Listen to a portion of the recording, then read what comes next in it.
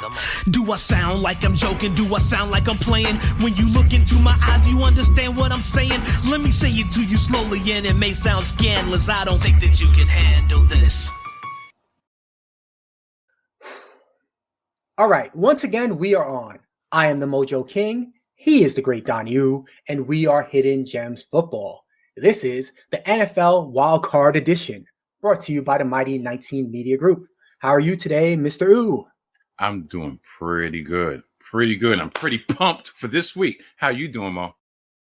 I'm doing pretty well. I have to say, I'm excited about the playoffs. Survivor ended. All three of my teams made it. Well, three, this way. Didn't really win as much as I hoped to win. How come? All the favorites kept winning. Nobody got eliminated. Literally nobody got eliminated last week. It was ridiculous. So if I had survived from the beginning, from week one, I would have won about 15,000, 20,000. I won later on. I made a little bit of a profit. Not as much as I was stressed out about for the whole thing. I think I would have took the peace of mind over the little bit of cash that I got. But anyway. A win is a win is a win. That's all in my book. True. At least it wasn't a loss. It was a weird thing, too, because my last team had San Francisco, and I actually was rooting against them to kick my team out because by percentage, it would have helped my other team win more money. So it was a weird Sunday last week. But we're talking about playoffs this week. All right. Yes, we're skipping all the sections. We're just going game by game. You ready for it, Donnie? Yes, sir. I definitely felt like I should supposed to kick it to you for your one thought right now. I know, right? Donnie's one big thing is the fact that there's no one big thing this week. Yes, sir. It's playoff time. All right. We're going to go in order of the games on TV. Okay. All right. We're going to look at these games as they are scheduled for this weekend. So first up is the Seattle Seahawks. They are 9-8. They are the 7th seed. They are facing the San Francisco 49ers, who were 13-4, the number 2 seed in the NFC. San Francisco is a 9.5-point favorite. The projected total is 42.5 points. That means that Vegas is saying that the Seahawks will score 16.5, while the 49ers will score 26. What's your first thoughts on this game, Donnie? Well, it pains me to give Geno Smith any type of credit because everybody who's been a listener, who's been a watcher, who's been just a fan of Hidden Gems Football know my feelings on Geno Smith. But I got to give the dog his due. He led his team to the postseason with these stats because guess what? I got my trusty notes back. Geno Smith for the season passed for 30 touchdowns to 11 interceptions, 4,200 yards passing, and almost a 70% completion rate, 69.8 to be exact. I mean, consistency is what Pete Carroll asked for, and that's what he did.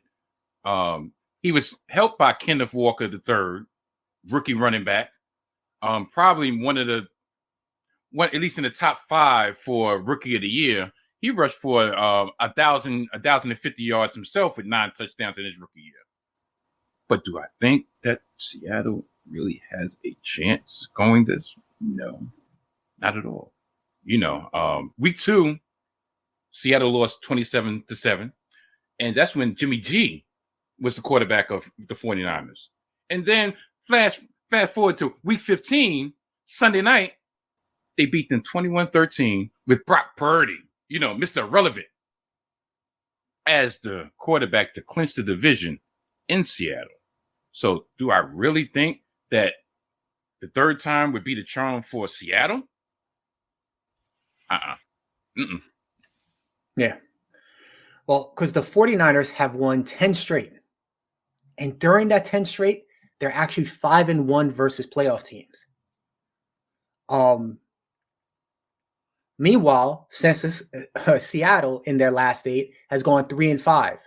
Their victories, the Rams, the Jets. You knew I was going to mention the Jets, right? Yeah, I know. As soon as you said their last 3, I'm like, oh, here we go with the BS. So it was the Rams, the Jets, And then the Rams in overtime in a must-win. All the warm feelings and Geno Smith, you talk about all his totals, a lot of that is due to his early hot start. Since then, I haven't really trusted much of what the Seahawks have done. Like you said, Kenneth Walker has been a star. But in that Week 15 game against San Francisco, the 49ers held him to 47 yards and 12 carries. And also, DK Metcalf has kind of disappeared the last two games. It's been really weird. He's only had 4 catches and 43 yards in the last 2 games. I'm not sure what's going on there, but none of it I like.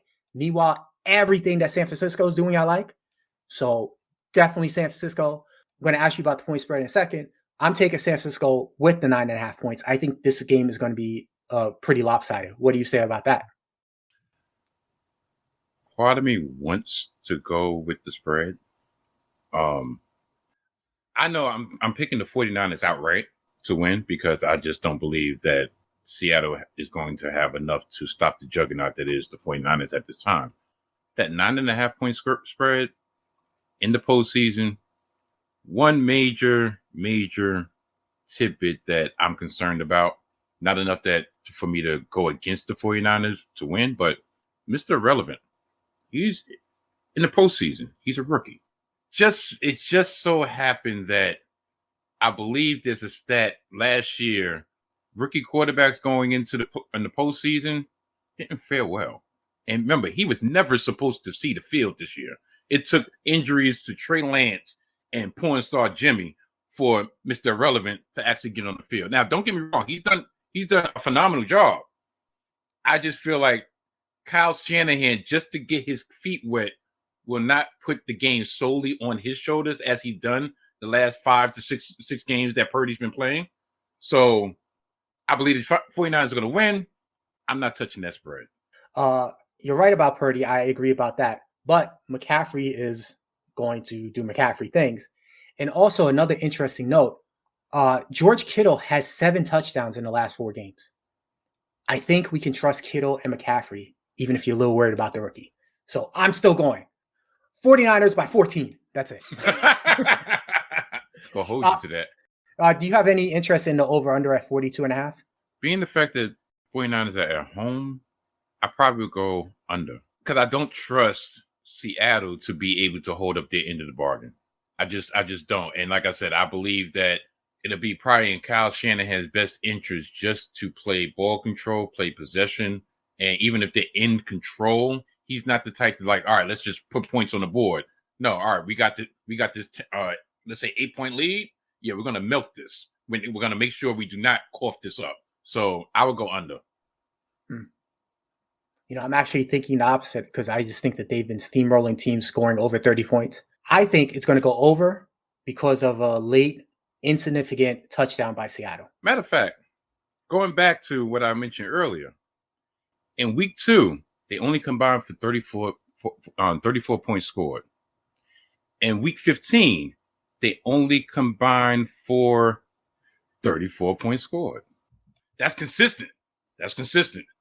Yeah. Yeah, I have much more questions about that over-under than I do about the point spread because I'm telling you 49ers are blowing them out. All right. People in the Bay would love that. That's right. Cali love. There you go. All right. Next game will be the next Saturday game will be the Los Angeles Chargers. They are 10-7 and the 5 seed. They're going to face the Jacksonville Jaguars, who are 9-8 and the 4th seed. Vegas has the Chargers as the favorite on the road by 2.5 points. Combined total score is projected to be 47.5. That means if you take Vegas's account, they expect the Chargers to score 25, while the Jacksonville Jaguars score 22.5. Donnie, what's your take on this game? I'm going to be blunt. I'm going with the Chargers because I'm like one of the biggest Justin Herbert fans that you probably know. Like, personally, like I rode him to actually a placement last year in our fantasy league because it was Justin Herbert a bust, and I really believe that he just has the innate talent. Like this season, he's thrown for 4,700 yards passing. Not only that, the running back, Austin Eckler, which has been like his go-to. Austin Eckler scored a combined 18 touchdowns this season, 13 rushing, and another 5 receiving. The Chargers came in, they won 4 of the last 5 games, but their last game was a loss against the Denver Broncos, which proved costly. You know why it proved costly? Because, as I've said in the past, and I'll say it again, Coach Staley is a freaking idiot. He's a freaking idiot. He has a knack for boneheaded decisions. Going back to last year, they should have been in the playoffs last year, but due to him, whatever he was trying to do against the Raiders, we all he had to do was play for the tie, and he would have got into the game. I mean, we got into the postseason, but no, he wanted to be slick and cost his team the chance to get into the postseason. But this year, in a totally meaningless game against Denver, he chose to play his starters way more than he needed to. And it probably backfired because their wide receiver, Mike Williams, sustained a back contusion, and they're lucky. I believe it's been confirmed. I'm not sure, but it's been confirmed that he does not have a back fracture. But regardless, he's going to be limited. Why did you play these important players when you already had your seed locked up? Like, it made no sense. It could have been avoided. But the Chargers, to me, and like I said, I'm going to pick the Chargers to win. But I really believe that if they do lose, and yeah, I know I'm straddling the fence on this. If they do lose, it will not be based on their talent. It will not be based on Justin Herbert. It will be based on Coach Staley. Now, the Jags, they've won 6 or 7. Second-year quarterback Trevor Lawrence threw for 25 touchdowns and 8 interceptions and 4,100 yards passing. You know, Doug Peterson took over this year, and he's kind of resurrected himself as a, I wouldn't say a top-tier coach, but a competent coach, because this is pretty much, I know they have a couple additions, but it's pretty much the same group that Urban Meyer had last year. And, it's been such a marked difference. Like, the only free agent pickups that I know that made a difference was Christian Kirk, the wide receiver, and Evan Ingram. Who would have thought Evan Ingram would be a main player on a playoff team? All my Giant fans out there, even though y'all think I have slander, I don't. You can tell me if I'm wrong, if y'all really thought that Evan Ingram should still be in the league after the years that he gave y'all. But to bottom line it, I'm picking the Jaguars. I'm picking the Chargers. My bad. My bad. Picking the Chargers. Money line. Also, Joey Bosa may have re-injured his groin injury last week in a game that he didn't need to be playing. A lot of things are leaning the Chargers' way to me. The Chargers lost last week. It didn't matter. But prior to that, they had won 4 straight games. They had beat Miami, the Titans, the Colts, and the Rams. Not exactly murderer's row, but they won their 4 games. More importantly to me, what really seems to work to their favor is that their offense is number 3 in passing in the league. Meanwhile, Jacksonville's defense is ranked 28th against the pass. That seems like a field day for Herbert, your boy. But there are a couple of things that are bothering me. Number 1, they faced each other once this season. Jacksonville whooped them 38-10 in Los Angeles. Another thing that is bothering me is total differential for the season. The Chargers, even though their offense looks good, like something's been bothering me about them, and it turns out differential is what's been bothering me. They're only +7 on the season. Meanwhile, Jacksonville, who did all this fighting to come back, are +54. Jacksonville really beats teams. The Chargers be messing around. I have a feeling that this game is going to stay close one way or the other. Oh, by the way, the other thing that's interesting is that the Chargers' defense against the run is not good at all. Okay. So can Jacksonville run against them? I don't know. I think this game's going to stay close. The Chargers should win it, but it goes back to something you were saying. I don't trust Coach Staley. I can easily see something at the end. The 49ers, matter of fact, this is the scenario I'm going to break into, all right? Mhm. The Chargers are up 2. Late in the game, about the 50-yard line. 4th down and 2. Maybe a minute and a half left. They don't punt. They decide they're going to go for it, and they get stopped. Trevor Lawrence marches them down 20, 30 yards, kick a last-second field goal. Jaguars win. That's what I'm predicting will happen. Not that I would bet 1 cent on anything in this game, because I don't trust it all. I can see that. Do you trust the Chargers enough to take 2.5 points? No. That's why I said strictly money line. Strictly money line. Like, because the scenario you just brought out actually happened, I believe, against early in the season against Cleveland, and they lucked up that Cleveland missed the field goal. And that was just that was really like, my man, like you didn't learn anything from last week. I mean, from last year, like you didn't learn not a darn thing. But still, Chargers for the win. All right. Let's move over to the Sunday games. And I'm actually going to put the ticker in on time for once. We have the 9-8, 7th seed Miami Dolphins traveling over to face the number 2 seed 13-3 Buffalo Bills. Buffalo is an 8.5 point favorite. The total is projected at 46.5 points. That means Vegas is saying that the Dolphins will score 19 points, while the Bills will score 27.5. The big injury thing is all on Miami's side. Will Tua come back from concussion? Will Teddy Bridgewater come back from a broken finger? Will Mostert come back from a broken thumb? Will Waddle play with his ankle injury? I assume he will. He's been hurt. And will Tyreek Hill play at 100% with whatever injury he has? They keep saying it was an ankle injury, but I know for sure in the telecast they said it was a hip. So whatever is wrong with his leg, I don't know what's going on. A lot of injury problems. What do you think about this game, Donnie? It's funny that you said Tyreek Hill getting, getting over his injury, whatever it is, either the ankle or the hip. Not to be repetitive, but I know exactly what was the problem with Tyreek Hill. He got a bruised ego for being shut down by Sauce Gardner. He could not get open. Then all of a sudden he went a fake limp to the sideline. I'm like, no, my man, your ego just bruised. Remember the Jets? But I digress. To me, which guard, like you said, Tua, even he should not be cleared.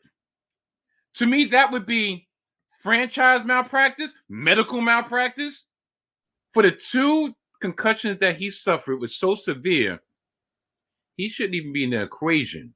Teddy Bridgewater is a possibility. I don't know how effective he would be with a broken pinky on your throwing hand, but Skylar Thompson, I wouldn't say he might show promise, but to really put him in that position, if you can avoid it, I can see them like really trying to see if Teddy can do it. Now for the Bills, the Bills are coming off, to me, an emotional victory over New England. Especially with the ongoing recovery from Damar Hamlin. I believe just prior to us recording, news came out that he's actually being released from the hospital and he's going to go home, be allowed to go home to continue his recovery, which is great news. But last week, something happened, and I'm not going to really get too deep into it, but Nyheim Hines returned not 1, but 2 kickoffs for touchdowns that were much needed, especially based on the margin of victory. Like, they really needed both of those touchdowns. But here's a stat, and it's kind of fitting due to it seemed like everything just aligning, like everything is meant to be for Buffalo. They said that it had been 3 years and 3 months since a feat like that had happened. Damar Hamlin's uniform number 3. Coincidence? I'll let that be up to y'all. But I say all that to say this. Y'all know I don't like Miami. Y'all know I feel like Miami is a fraud of a team. They should have never made the playoffs. If anything, Pittsburgh should be in this position, not Miami. I say all that. Buffalo, money line, with the spread, just Buffalo all the way. Bills Mafia. The Bills and Dolphins were 1-1 this season. In week 3, Miami won 21-19. And then in week 15, Buffalo won 32-29. Clearly, Buffalo is hot. They've won 7 straight. I think it's also clear that they're the better team. So I think Buffalo should win this easily. And 8.5 points doesn't even seem like it's too much for me, except for the fact that the Dolphins weirdly play teams close. They don't seem to win, but they keep the score close. So during their 5-game losing streak, they lost to the Patriots by 2. They lost to the Packers by 6. They lost to Buffalo, as I mentioned, by 3. They lost to the Chargers by 6. And then the 49ers beat them by 16. But even that game, I think, was closer than the 16th. I don't know about this spread. Like, Buffalo should blow them out. I'm just not overly confident in it. So what I've done, and I can't even remember what the first half of the bet was, I bet something that was about even, and then I just added the Buffalo victory in. Okay.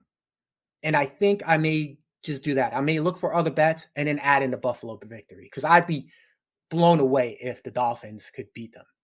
But I just don't know if I'm comfortable with 8.5 points. Like, I feel like Buffalo. Now, the one thing about Buffalo is they will pile it on. You were talking about San Francisco probably won't. Buffalo is a team that would. Maybe. I just don't think I'm too comfortable messing with it. Do you have any opinion on the 46.5 points? I think I'll go over. Like I said, I'm really not trying to go too deep into it, but I just feel like there's a lot of momentum on Buffalo's side. There's a lot of motivation on Buffalo's side. And especially being the fact that this game is at Buffalo and Miami shouldn't be there to begin with. I just feel like that's the recipe for a blowout. Similarly to last season's wild card game with Buffalo and New England, where Buffalo wiped the floor with New England.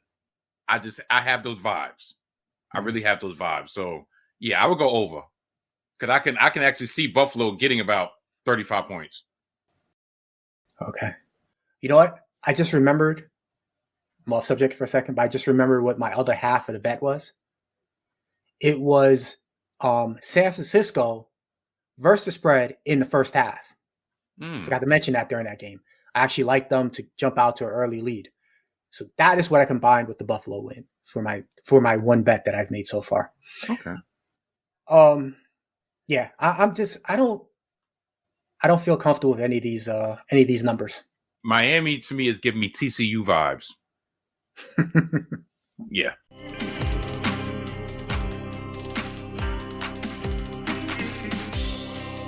Welcome everybody to the Gimmick Infringement podcast. I am Brad Winchester.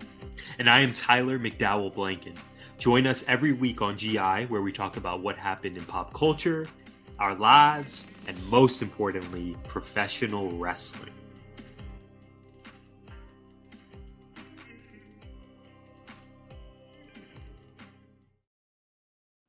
All right, next up, we have the 9-7-1 New York Giants. They are the 6th seed. They are traveling to Minnesota to face the 3 seed Vikings.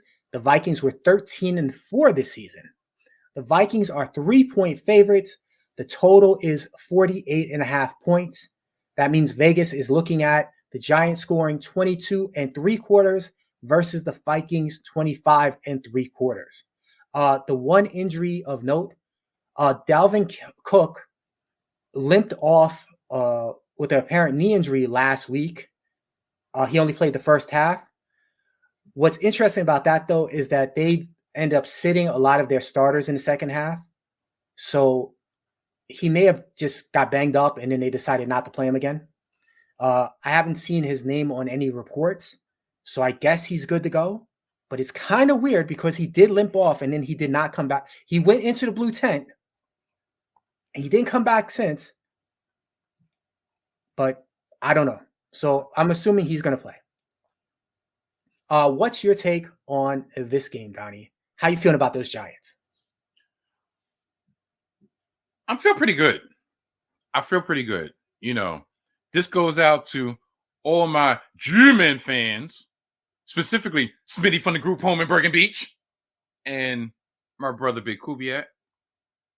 I'm of the thought of where I have this feeling of, if there's any New York team in the postseason, no matter my personal preference, no matter my personal, my personal team that I root for, I always root for home base. I always root for New York. So that's what bet. Like, I'm going to show my bias or bet. Like, I'm going for New York and I'm picking New York.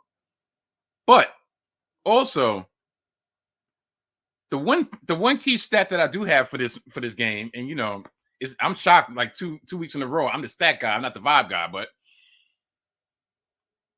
Minnesota, for their record, 13-4. They have a -3 point differential. The Giants are -6 in point differential, but the Giants are only 9-7-1. Like, you could kind of see the correlation of, okay, there was a nip and tuck. They're only 2 games above 500. Some games were pretty much they played their games very close. But the lopsided difference of 13-4, but yet you've been outscored by 3. Mm-hmm. Like, at all the big games that they've had, they've come up short. Also, if you fast forward rewind a couple weeks ago, it took a 61-yard field goal to beat these same Giants at MetLife Stadium. Last week, the Giants went against the Philadelphia Eagles with nothing really to play for. They set Daniel Jones down. They set Saquon Barkley down. And yeah, some people would say the score was closer than the actual game. No. Philly needed that game. The Giants didn't. And trust and believe, if you ask anybody from Philly, they knew they was in a fight. So I really believe that that's going to galvanize them. And plus, they want Minnesota. They've been looking for this game.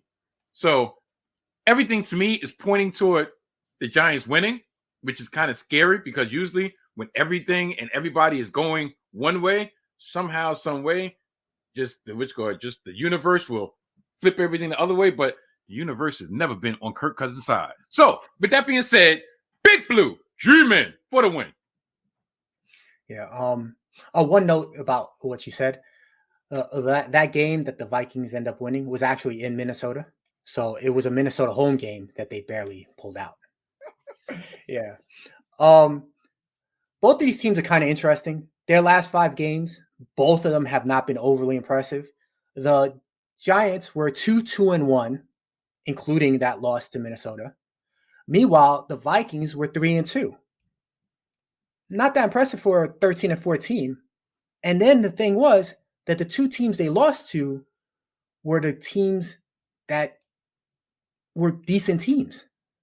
So because remember, they beat the Colts. Not really impressed with that one. But they lost to the Lions by 11, and then they lost to Green Bay by 24 points.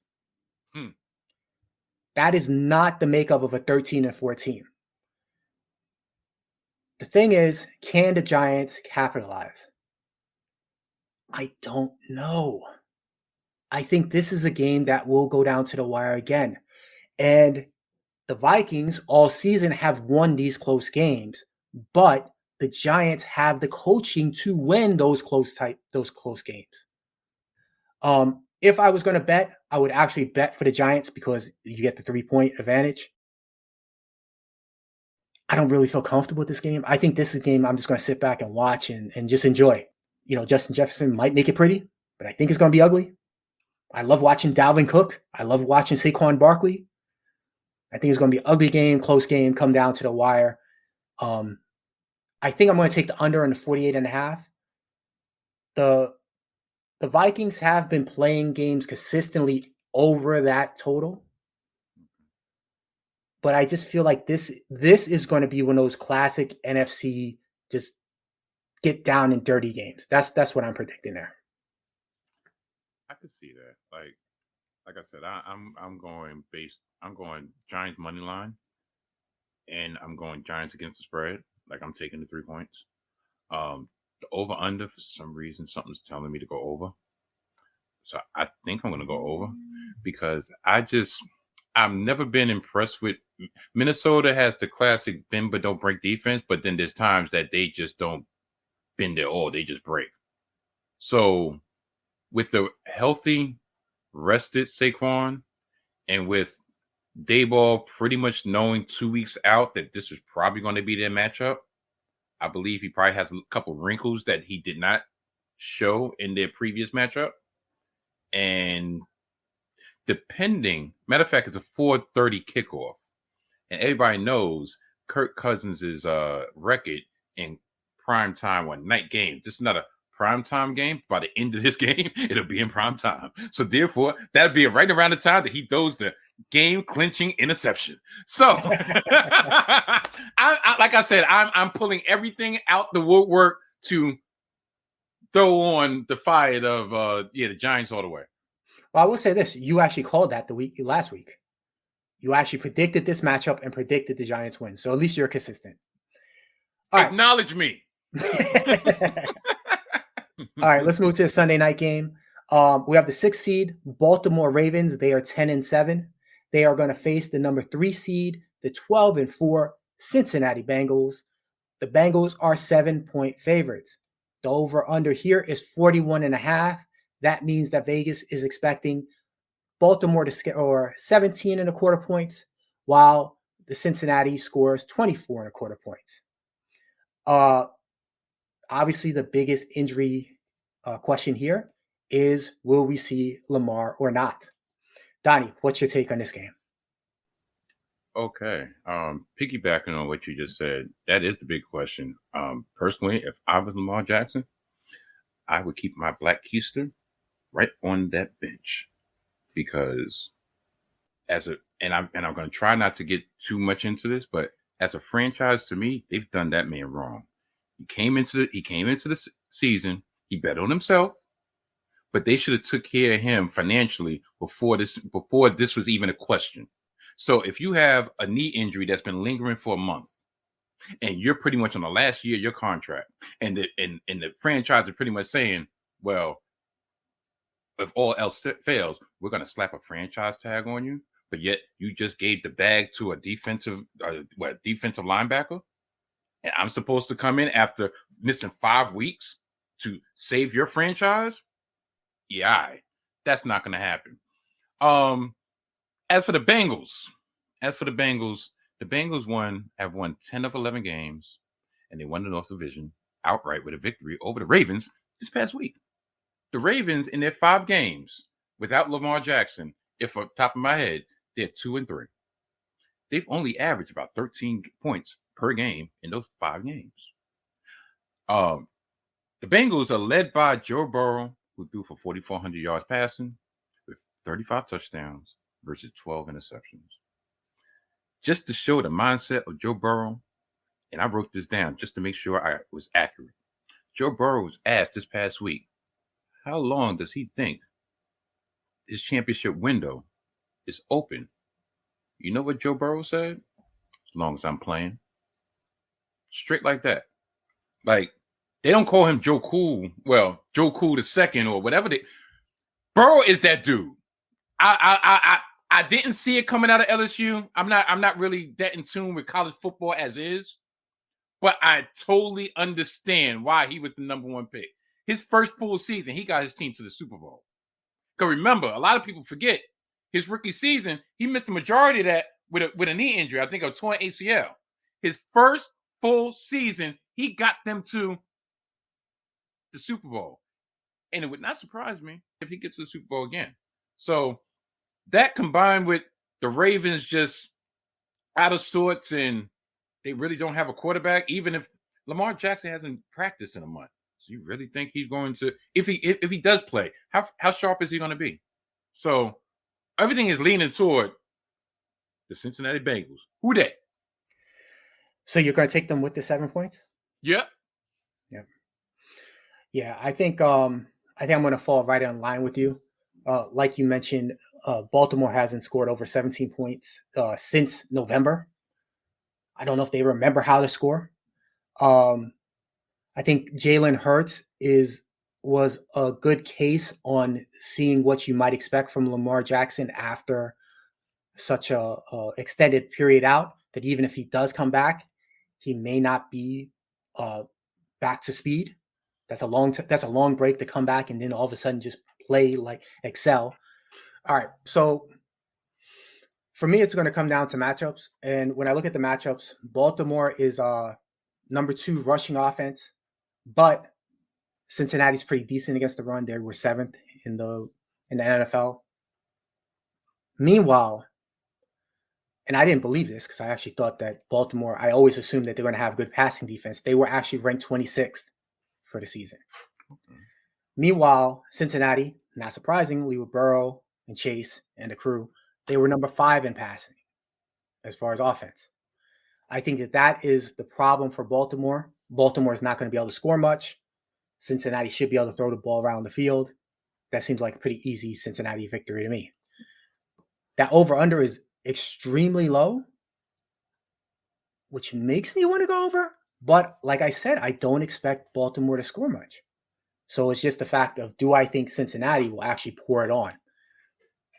I don't know. But yeah, the Cincinnati 7 points seems like a pretty clear one to me. Like they could win 20-10.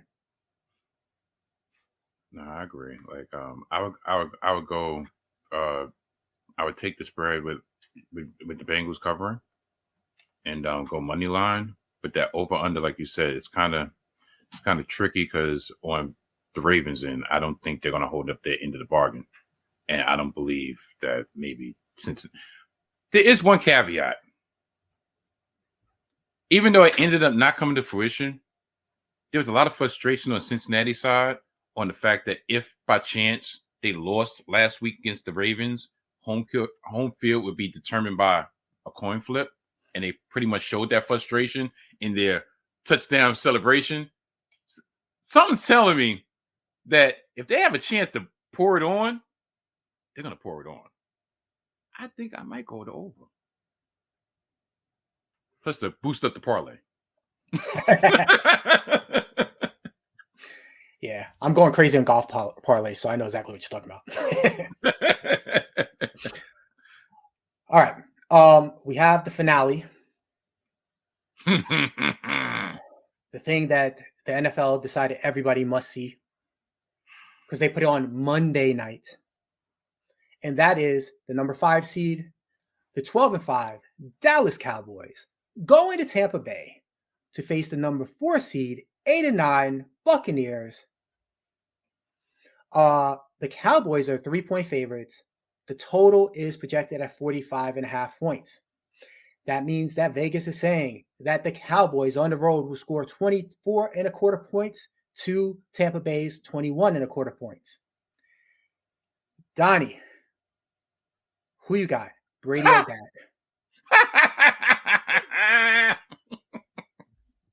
I've been waiting for this the whole quarter because there's no way in hell I'm picking the Cowboys. The Cowboys, once again, are who I've said they were the whole duration of Hidden Gems football. They're frauds. Matter of fact, to a certain degree, they're more fraudulent than the Minnesota Vikings because at least Minnesota 13-4, whatever cases I said that for why they're fraudulent, at least they're not always in the national spotlight. Every damn time, every week, the Cowboys on TV. If it wasn't the Cowboys, it was the Packers. If it wasn't the Packers, it was the Bucks. But the Cowboys are the only team that's 12-5 that continuously disappoints not only their fan base, but the viewers at large. Because most of their standalone games end up being Not even entertaining. But once again, this is Barry Horowitz time. Didn't I say that the Cowboys were going to wet the bed against the Washington Commanders last week? That was Donnie's pick of the week. Acknowledge me for being correct, as I kind of tend to be, especially when it comes to the Cowboys. Cowboys make it easy. Like, look at this stat. Dak Prescott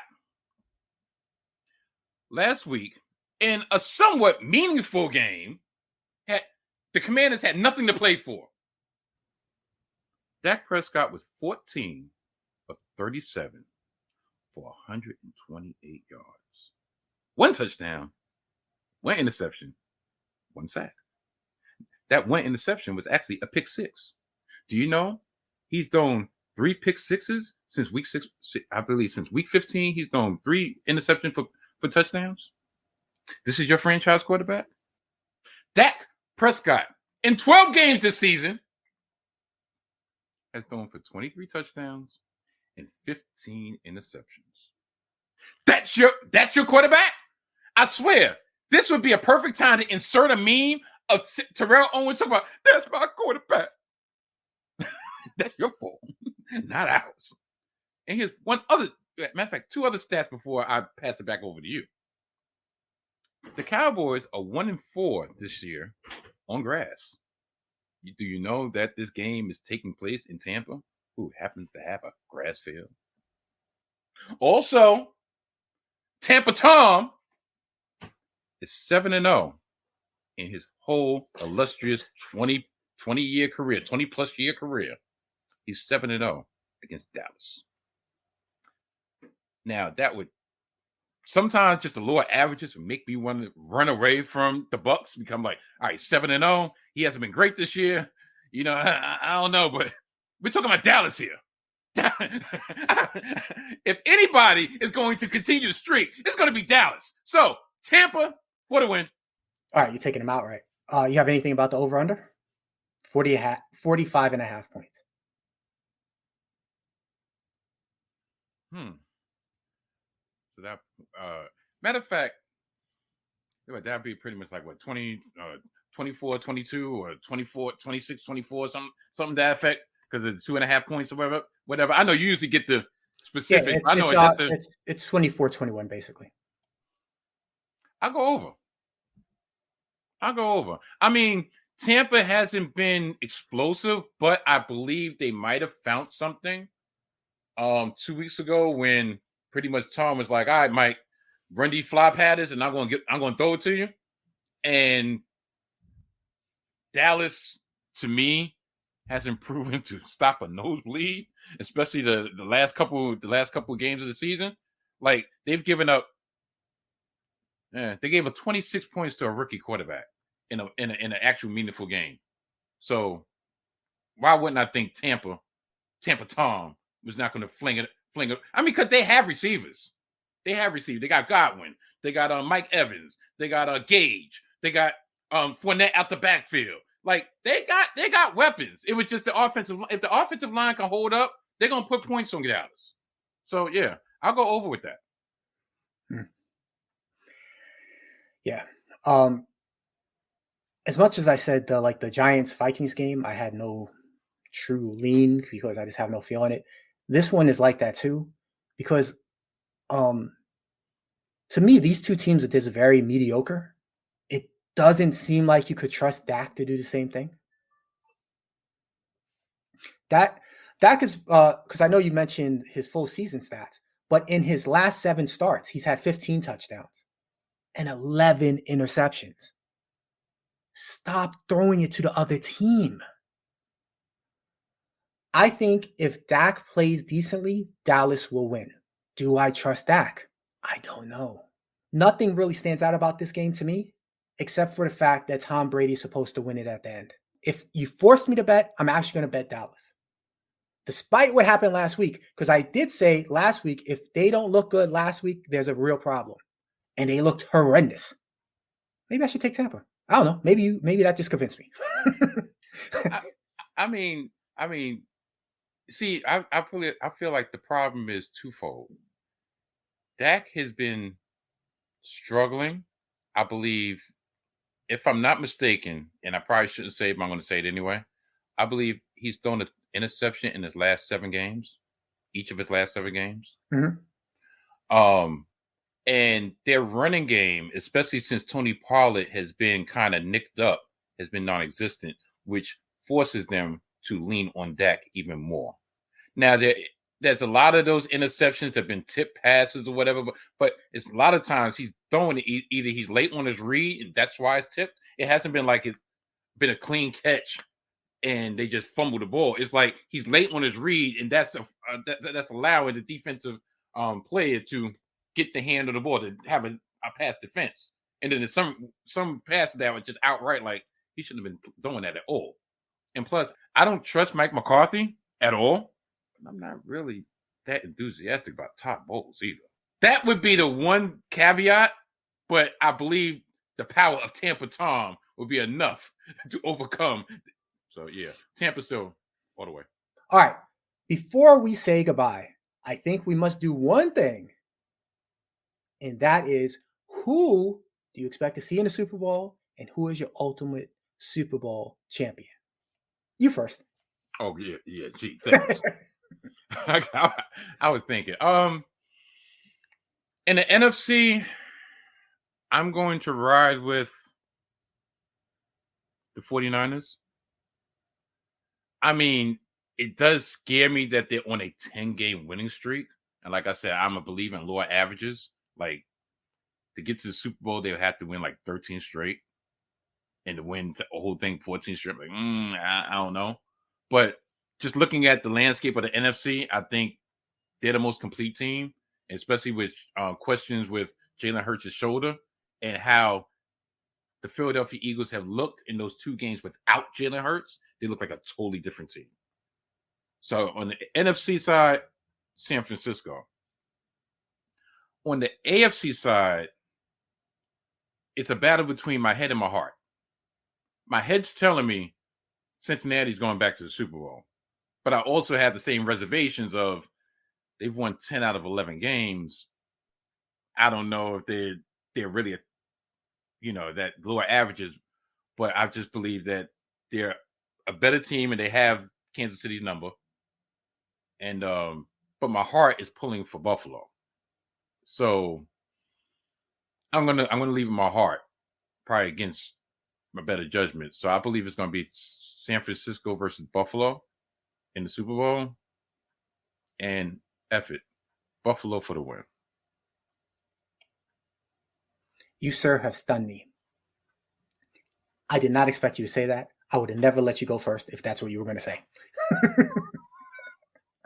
I'll go. Well, this is why. Let's start the NFC. I think it seems like it should clearly come down to Philadelphia versus San Francisco. I have the same questions about Jalen Hurts' shoulder, how the Philadelphia's looked recently, how Jalen Hurts will look. It's actually to his benefit that he'll have one game. Well, it won't be against the Vikings, but it could be against Tampa, Dallas, or the Giants to see, to test it out, hopefully get a victory there, move on to the next round, and then you can see if Jalen Hurts is at 100%. If he's at 100%, I might change this, but I don't think he will be at full 100%. So I'm going with the 49ers. As you point out, they just seem like a complete team. Their coaching staff is amazing. They can beat you on the run. They have McCaffrey. They can beat you on the pass, even with Mr. Irrelevant at quarterback. But they have a short passing game that really does work. Kittle seems like he's back to 100%. To me, it's just setting up for the 49ers to make it to the Super Bowl.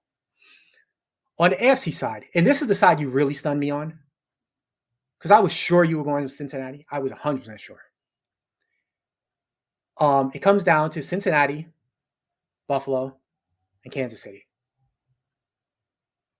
It looks like Buffalo and Cincinnati are going to have to face off and then face Kansas City, whoever wins that one. So by default, they have a tougher road. But to me, when Josh Allen is right, there's no better team in the league. He's just a little bit unpredictable. He might start messing up again. But I think this is the season he puts it all together. And like you said, for other reasons, they seem like a team of destiny at this point. So I'm going, same with you, Buffalo 49ers. And I'm saying Buffalo will win the Super Bowl. Wow. Now I understand why. Yeah, you stole all my thunder. My bad. Shoot, that was the ultimate swerve. Yeah. That was cool. All cool. Right. Yeah, no bragging rights here. But that's why we're a unit. That's why it says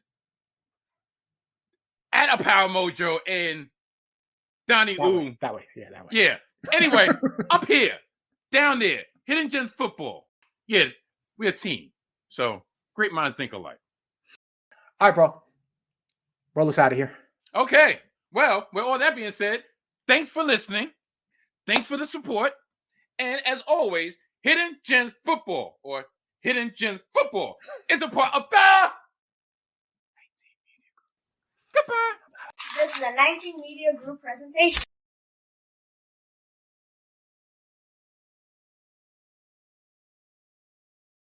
All right. I did not write an intro. I'm going to mess this up. Yes. I was writing this stuff down last night, and I'm like, wow, darn, I'm really focused. I was like, oh, shoot. Oh, wow. Projected at 42.5 points. San Francisco's a 9.5 point favorite. All of that combines to mean this. Vegas is saying that Seattle will score 16.5 points, while the Vikings will score 26. You said the Vikings instead of the 49ers. I sure did say the Vikings. Mm-hmm. What the hell was that? Okay. I'm going to have a laughing fit. I think it's this lack of my one big thing. It's just throwing everything off. Yeah, man. All the timing's off. Talked about Survivor first, so I'm supposed to be telling you to say goodbye to everybody, and it's just confusion. It's chaos and confusion. All right. So Vegas is saying, I knew I was going to start laughing. I should have known you were going to talk about that Jets game. Anyway. Hey, you brought it up. You brought it up. I didn't mention that the Dolphins beat the Jets, but prior to that, they had lost 5 straight games. I'm talking about the Jaguars. You had to bring the Jaguars. Oh yeah, one of their last 3 victories are against the Jets. So yeah, you already got that in my head. Hey man, the Jets were helping these teams make the playoffs. That's all they were doing. Figure. All right, so it was in MetLife Stadium. No, it wasn't. Oh, it wasn't? You sure? Shit, my bad. I could swear, like, wow. Oh, shoot. That's why they hit the 61-yard field goal. Duh, because there's no way in hell they would have did that in MetLife Stadium. Oh, you know what? That's why I'm not the stat guy. That's why I'm all about the vibes. Hey, at least you weren't calling the 49ers the Vikings, so go figure. Yeah. Even though it's the end of the season, but I really personally think we're hitting our stride right now.